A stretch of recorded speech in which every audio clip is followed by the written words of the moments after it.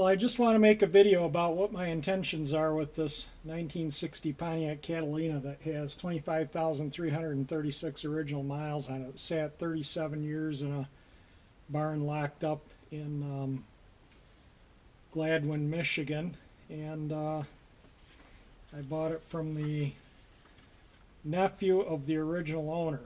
I transferred the title today, and the DMV gave me back. I asked if I could keep the original title to the car, so they gave it back to me. So I still have the original title to the car, which is kind of nice. And this car's been a pleasant surprise all the way. Everything's turned out really nice on it. Everything I clean up cleans up like brand new. I still got to clean the interior.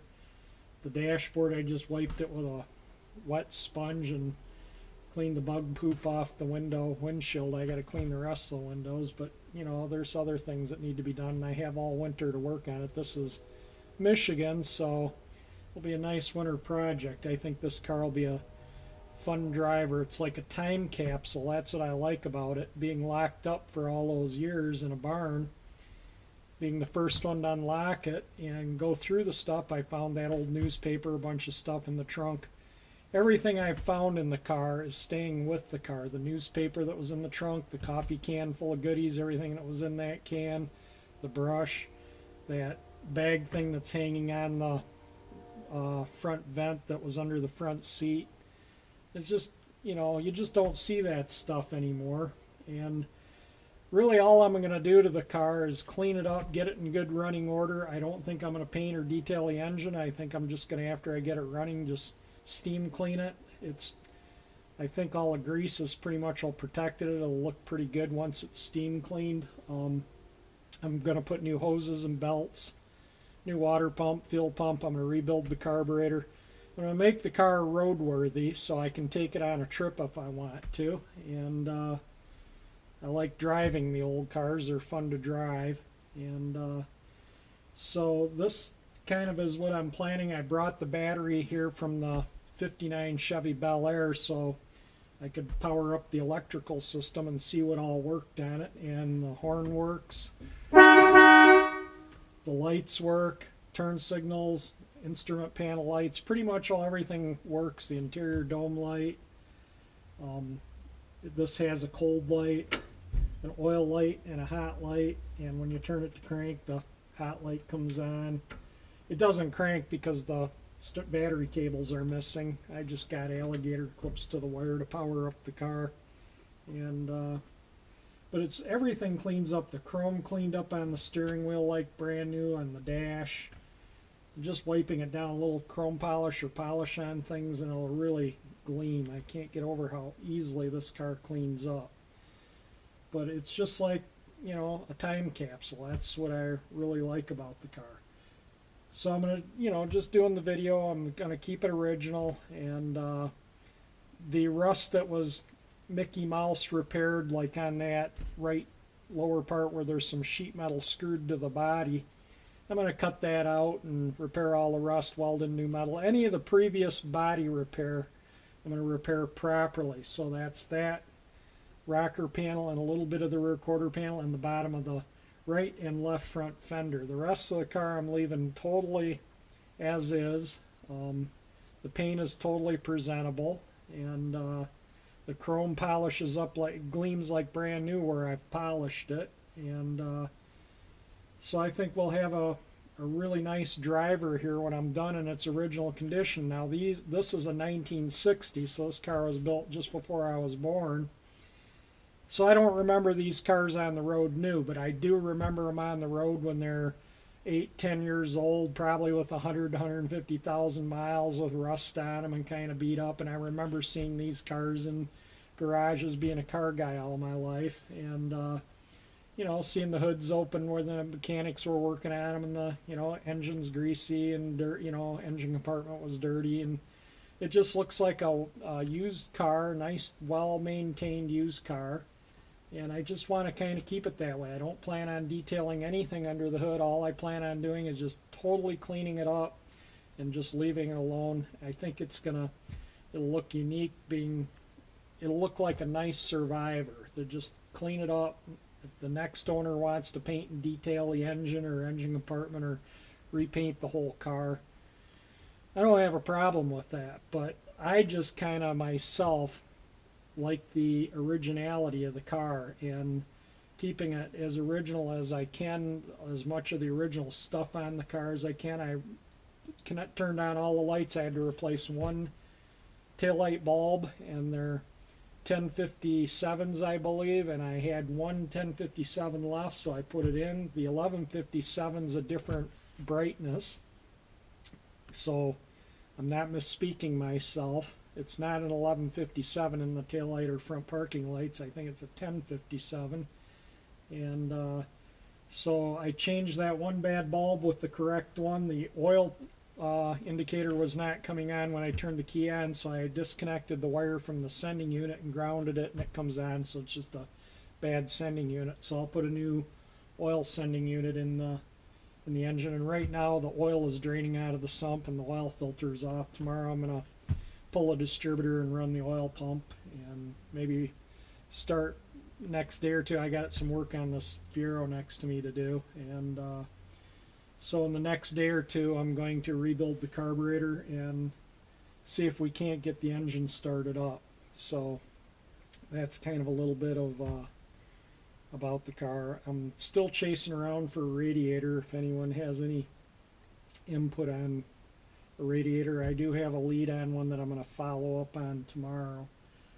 And that's about it for this, and I'll take the camera around with lights on and everything so you can kind of see all the lights and everything working on the car. It's really just kind of fun working on this old time capsule.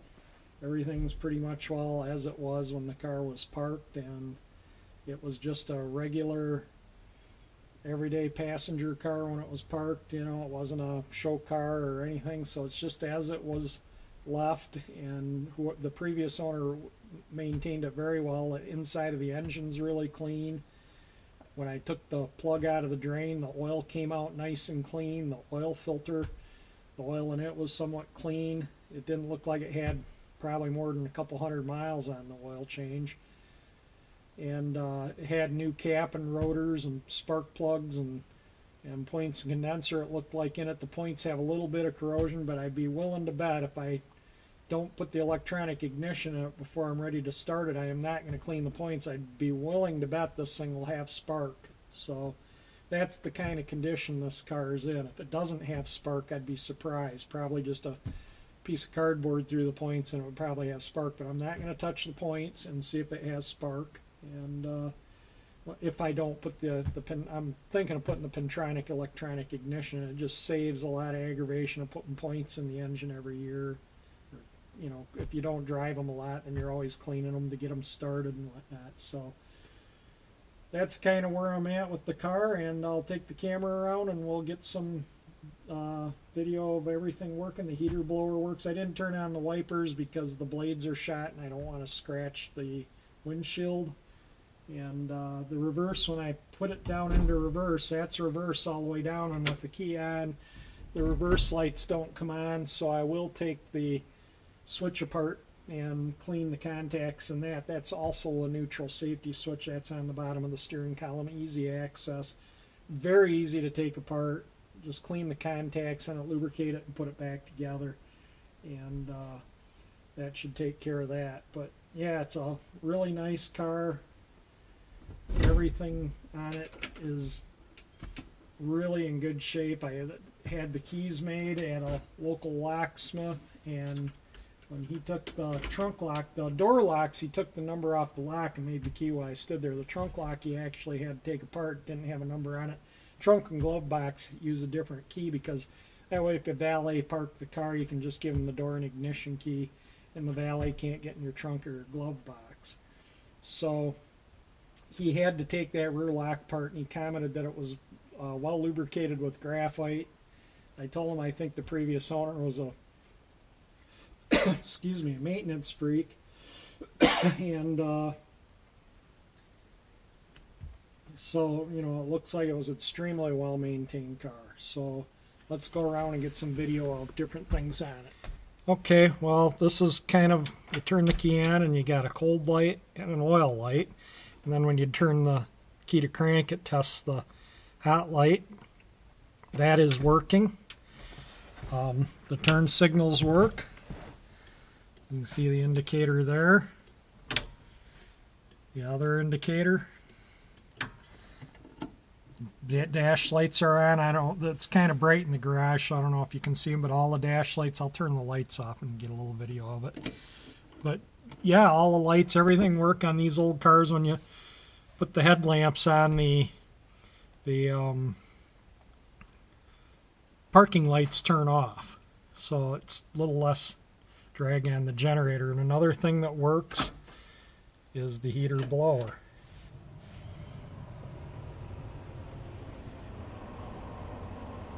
And it's nice and quiet. That's high, that's low, and off. And it doesn't smell, and no dirt or mouse nest or anything come out of the heater squirrel cage. And the gauge is pegged, fuel gauge is pegged on full because it's an open circuit, but the ammeter's in the minus right now because I have the, or in the discharge because I have the parking lights on. So we'll go get some, turn the, well, I'll leave the ignition on because then I can turn the turn signals on. I did take the power off the coil, so the coil is not energized.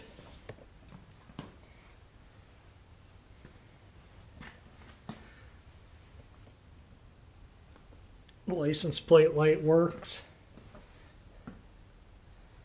Tail lights all work. And we'll kill the garage lights so you can see the instrument panel lights. And I will, and these are, oh geez, I'm tripping on stuff because I can't see in here.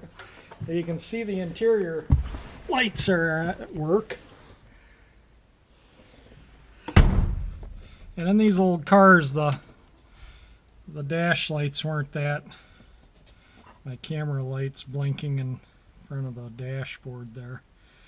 But the dash lights weren't generally that bright. That's the same as my 59 Chevy. The dimmer works. When the headlights are on, the little Indian headlights up. Little Pontiac Chief Indian headlights up showing the high beams are on.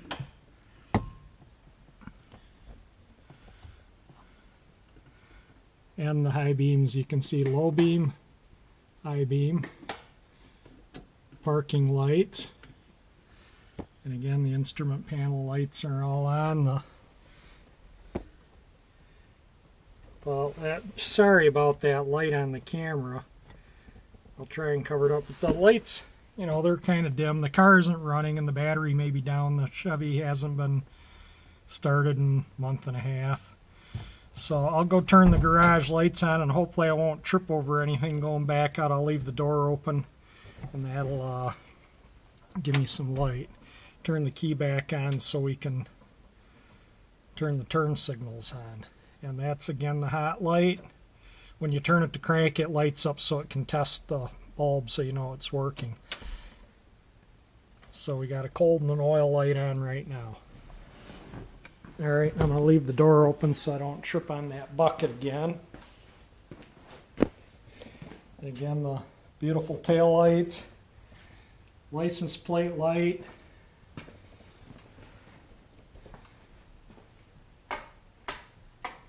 Alright, now we're lit up again so I don't fall on my face. Parking lights. And this car is all as correct when the turn signal is on. There's the front one. But the rear, I put a pad on the, taped it to the door handle so I don't crash anyone else's vehicle in the garage. Just the outboard light on these cars was designed to blink. That's a number 67 bulb and these are 1057s. And so that's the way they were designed. That's the left indicator. And then that's the right indicator.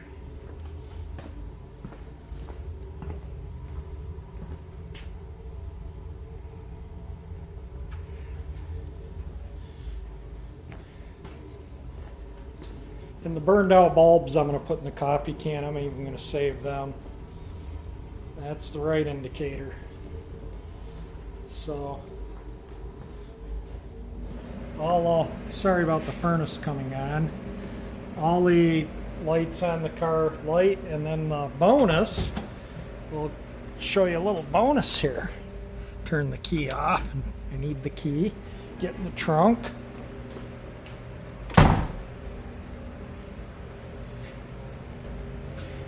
And let's see, I don't remember which key it is, but that must be the ignition. This must be the trunk. I'm not sure which key it is. That was the key. There's the bonus. We got a trunk light that comes on, and it does go out when you put the trunk down. So the mercury switch, everything works with the trunk light. And like I say, the newspaper, the coffee can full of goodies, everything that was in the trunk of this car is going to stay with it. That brush. And I will put the bad bulbs in the trunk too. So that's a little bit about what my plans are on the Catalina. Thank you for watching my video.